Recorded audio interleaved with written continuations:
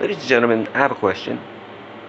What does it say about us as a culture, as a country, as a people, even as a species, humans, that when someone, especially a celebrity, tweets out or speaks information that's found out to be false, um, or even a mistake that's later found to be false, or they speak a belief that we disagree with, and the first reaction is to cancel them?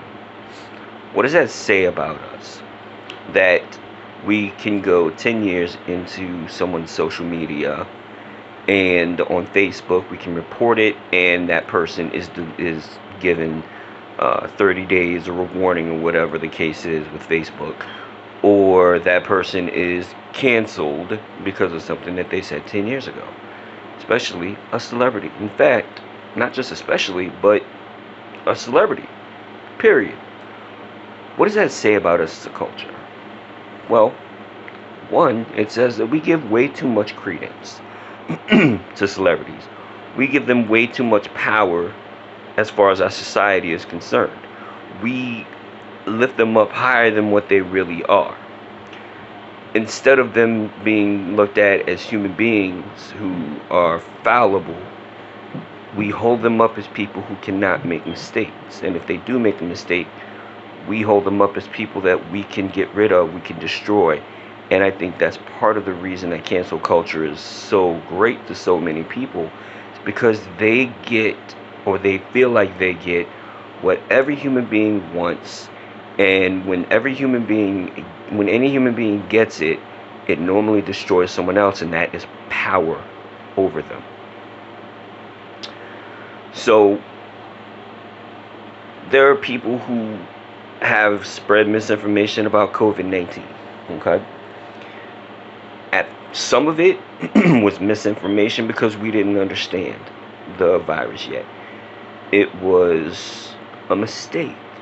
Some people do not believe in the vaccines because they've seen things like the Tuskegee experiments. They've seen, so many other things that have happened as far as the world is concerned with vaccine. There's so many different types of information about regular vaccines, and the fact that COVID vaccines came out so quickly compared to other vaccines that it's like they don't believe that they work. They believe that they're harmful. They believe whatever it is about them is not right, and they spread that misinformation. And I say that in quotes because to some people it is misinformation, but to some people it's actually true.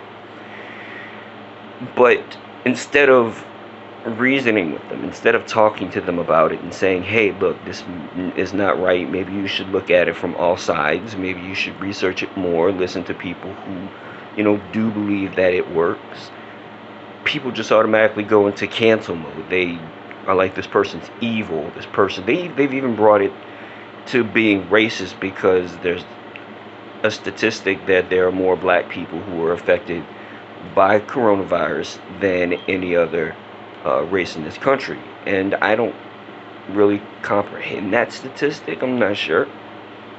But I think from what I have read, that a lot of black people don't trust it because of the Tuskegee experiments, which to me is quizzical, because that happened decades ago, and science has, one, stopped these experiments, and two, this has been proven to work.